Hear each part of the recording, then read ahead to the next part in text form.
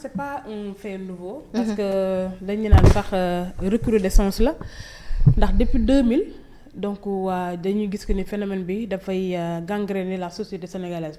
particulièrement la jeunesse sénégalaise. te booy xool sax nag dans l'histoire le Sénégal donc a toujours été un pays migratoire donc où ses habitants donc sont des nomades. ñoom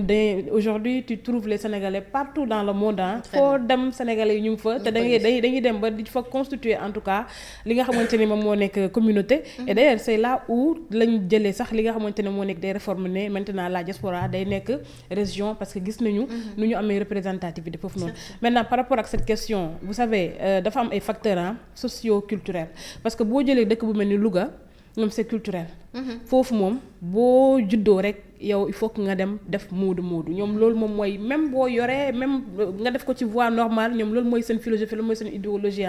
moo tax dañuy xaw a sende am na ñoo xam ne nag c'est des problèmes sociaux parce que tey boo jëlee ci ñun ci ni ñuy dundee benn bi pour preuve sociale la parce que comme Thierno l'a dit da ngay nekk ci réew il faut que nga montrer que ni tekki nga te tekki bi mënoo ko def sa réew donc il faut que nga dem pression sociale bi également métti na et aussi de nature et de base l'Africain en général moom moo jël Europe comme Eldorado parce que dañu lay wax que ni boo duggee Europe rek tekki nga non booy tekki nga Europe nag bu mu mënti doon l'essentiel yow yaa ngi fa nekk di bale parce que am na ñi nga xamante ne nii métier yu ñu bañ fii moom la ñuy def Europe soo waxee ñu ne la dem di bale Europe moom ma gënal di bale Sénégal nee na moo ëpp xaalis c'est ça au fait am na ñoo xamante ne nii Europe lañ leen yóbbu ñuy sang ay xacc ñenn ñi di dem ci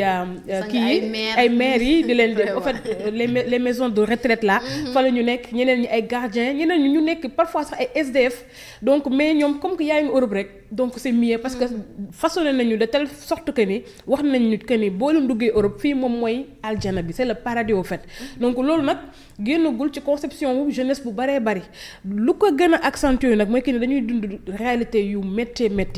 dañu nekk période post indépendance parce que bu ñu génnee ci colonisation ñu am ay état yu ñu am ñu waroon a liggéey suñu réew pour mën a bâtir des sociétés yu solides yoo xamante ne tey ku nekk di nga ci mën a gis seen bopp malheureusement fu ñu raté le départ moom mooy que ni avec nos anciens gouvernants kenn ku nekk da nga ñëwoon di def politique bi nga xamante ne tey moom moo nekk la politique de la colonisation parce que tey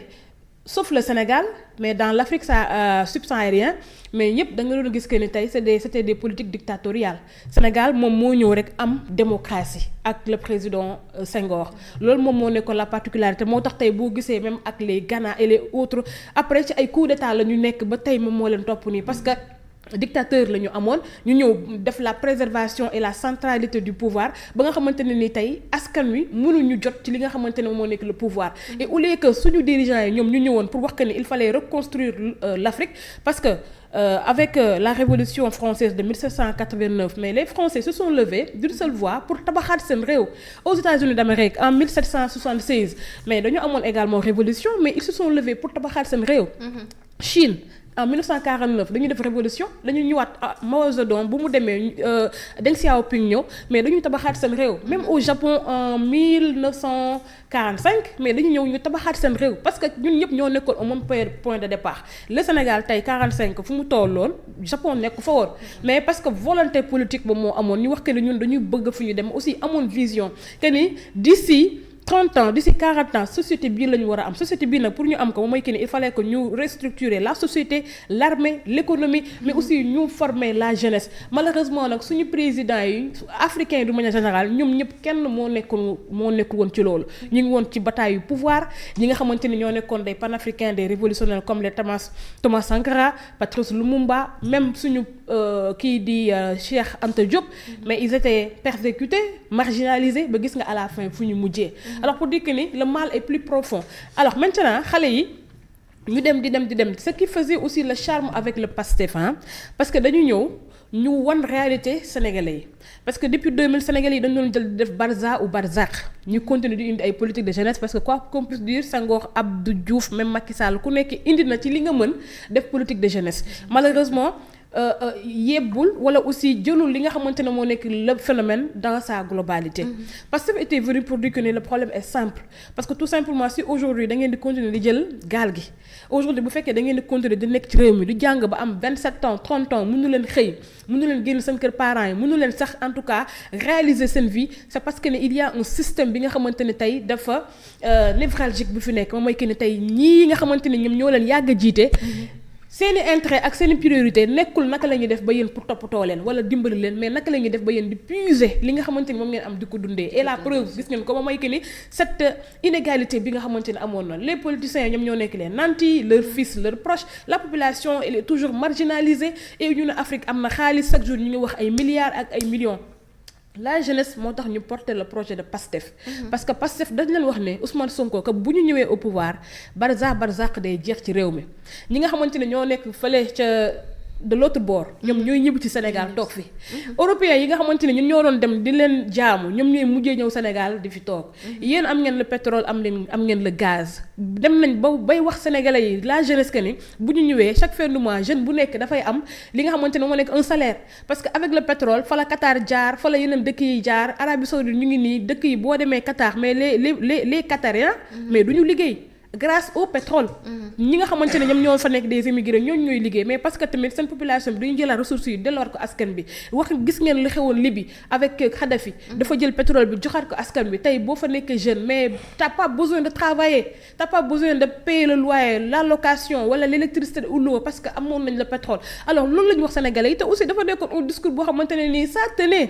xale yi ñu gëm ko nekk ne Pastef bu ñëwee maintenant ñu ne ñun dañuy supprimer sax parce que caisse noire bi dañu koy supprimer parce que c'est un argent boo xamante ne nii kenn mënu ko compter parce que dañ naan caisse noire mais combien il y a dans la caisse noire personne ne sait et jusqu'à présent ñii dañuy jël xaalis bi parce que c'est anormal que ay ministre wala ay DG di fay ko ay 7 millions wala 8 millions au mois où am na jeune boo xamante ne mu ngi fi toog mënul sax am chaque fin du mois 50 000 francs alors mu ne ñun suñu combat lan lay doon moom mooy que ni yéen di ngeen am xëy et pour 2 mois je vais régler la situation de la jeunesse wala de la population de manière générale mais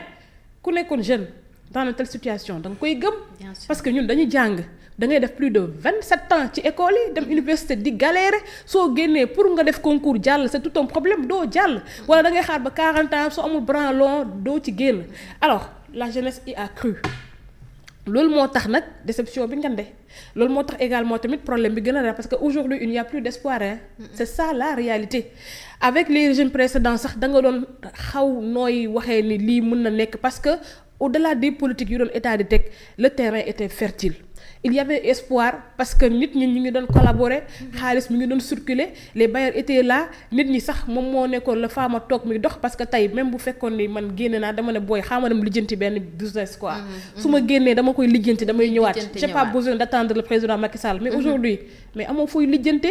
aujourd'hui xaalis circulé wul aujourd'hui bailleur duggatul Sénégal aujourd'hui état bi mi ngi continuer da lépp fan la nekk di dugg aujourd'hui l'état bi lépp li nga xamante ne mu ngi ko nekk def c'est comment faire pour que mu assurer le fonctionnement du gouvernement ça c'est un problème beneen affaire bi nga xamante ni mu ngi ko gën a accentuer moom mooy que ni gouvernement bi dafa ñëw au lieu que mu indi solution mu indi problème c'est ça le problème bu ñu indi da nga ñëw ci réew mi nga xamante ne déjà ñun dañu nekkoon ci problème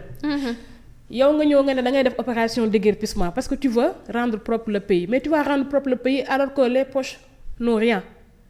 jeunesse bi nga xamante ne nii à 97% suñu économie ci dañ koy tirer dans le secteur informel nga déguerpir xale yépp fu ñu nekk di jaayee nga dem Colobane nga déguerpir leen nga dem Kër Massar nga déguerpir leen nga dem marché Zing Pikine nga dem buntu Pikine tali bu mag nga dem marché syndicat ba ci Liberté 6 bii nii nga dem ci stade yi xale yi nga xamante ne nii dañ fa daan teg di fa vivre le jour au jour ñii nekk ay mécaniciens ñii nekk ay tôliers ñii nekk ay marchands ambulants ñii nekk ay tabliers entre autres kenn ku nekk yaa ngi doon xool nooy def pour dàq sa wërsëg nga ne léegi loolu dootul am te wutuloo leen alternative mu nekk un problème yow tu ne crées pas de l'emploi yow tu as créé un problème tu as accentué le chômage beneen bi nga ñëw nga fekkoon ñi nga xamante ne ngeen dañuy def toog muy dox ñu nekk ci agence yi parce que Macky Sall avait dû démultiplier les agences parce que moom moo ñëwoon ak promesse que ni damay def 1000 emplois au Sénégal alors dans ces 1000 emplois il fallait que mu tabax beaucoup de structures yi nga xamante ne dina mun a absorber jeunes yu bari kenn ku nekk nga ñëw toog pour am loo def nga ñëw nga ne dangay def rationalisation parce que lii nii nekkul li nga xamante ne normal la alors tu as sachez plus de 30 000 Sénégalais ci agence yi nga xamante ne fa la ñu nekkoon c'est pas mes mots c'est le collectif du RTS ba moo ko wax ñoom ñu nekkoon ay nit yi nga xamante ne ñii CDD ñii CDI ñii avec des stages te ñu ngi doon fayeeku nga génnee leen ci dans le circuit tey ñoom ñoo toog seen biir kër tu as accentué le chômage aujourd'hui au lieu que nga ñëw nga ne yow da ngay créer de la productivité mais Sénégalais yi amatuñu un pouvoir d'achat parce que salaire yi léegi pour nga fay ko c'est un problème tu es venu avec le secteur de la presse nga accepté ko tey suñu aide bi nga xamante ne ñun ñoo ko moomoon ça a été voté dans le budget national nga téye ko à 2 reprises nga ne doo ñu ko jox convention yi nga xamante ni moom la presse bi amoon ak certaines structures nga ñëw nga dagg ko yow déjà nga ñëw au lieu que aide fisc bi nga xamante ni Macky Sall pour sa générosité pour 2 reprises moom moo ko baaloon patron de presse yi nga dagg ko lan la indi L'Obs kii tëj na suñu làmb ak sport ñen ñoo fa nekkuloo ay journalistes nekkuloo ay jeunes aujourd'hui il y a beaucoup de patrons de presse yoo xamante ne nii dàq nañ seen employé ñu mënul ñàkk a téye rek la ñu téye et ici il n'y a plus de salaire parce que nit ñi léegi ay remboursement de transport la ñu nekk du joxe et tu es obligé de faire parce que boo ko deful yow doo dund ñi nga xamante ni tey parce que un salaire égale 1000 personnes bi nga xamante ni moom nga war a mun jël am na kër yu bëri yoo xamante ne nii sama mag moo doon liggéey ak sama benn xarit alors ñoom ñoo doon tenir la famille bu ñuy fin de mois ñu indi ko ñooñu liggéeyatuñu fan la ñuy jëlee maire bi mënatul dem nga ñëw nag léegi gën a axifier nga ne léegi da ngeen di def juuti def nga juuti ba juuti bi fan la mujjee booy léegi fu ñu doon def sànni tàccu moom mooy que ni tey dañ doon dem ci naar bi parce que naar bi moom moo nekkoon après alternative naar bi yàgg na fay alors ngeen ñëw léegi nga ne naar bi léegi bu la fayee man damay toog di xaar bu la fayee man dinaa ci jël en fait le problème est tellement complexe et tellement sévère que tu ne comprendras même pas que ni ndax gouvernement bi dafa ñëw pour mbugal sénégalais yi wala gouvernement bi dafa xamul avec quel pied danser et ce qu'on dit là c'est pas des choses qu'on invente c'est la réalité bi nga xamante ni moom moo nekk di exister c'est un problème beneen bi y avait tellement de politique sociale yi nga xamante ne tey les familles n'avaient pas du tout besoin de prendre ça en compte le plan CMU mais c'était une réalité man dama gis ay nit yoo xamante ne ay xale dañu doon faju ci plan CMU aujourd'hui ça n'existe plus ça devient un fardeau pour les parents tey bourse familiale yi mais c'était dafa baaxoon ñi nga xamante ne demoon nañ ba après Macky Sall mu wàccee ko chaque fin du mois nga dem jël 35 000 wala sa 25 000 francs mais loolu dafa doon dimbale ñi nga xamante ne moom moo nekk les familles mais bàjjenu gox yi ñu nekk di wax 35 000 francs yi mais dara la woon au moins da doon tax ñuy dimbale di jàppale seen famille parfois da ngay dem ci kër yoo xamante ne nii xale yu góor yi mais 35 ans fii xam nañ ni kër goo fa dem di nga fi gis xale bu góor bu am 25 ans 30 ans ba 35 ans mënalagul boppam yaayam ba léegi ak papam ñooy continuer di jàppale kër gi alors ñooñu ci lañ naan am taaba yow loolu nga bloqué téye ko te amatuñu feneen fi nga xamante ni issue la donc xale yi xam nga lan la soit ma tekki soit ma dee comme ni ñu ko doon defee parce que doo toog fii déjà c'est frustrant nga nekk ci société bi yàlla boo am jabar ak doom ñu xëy di la xool papa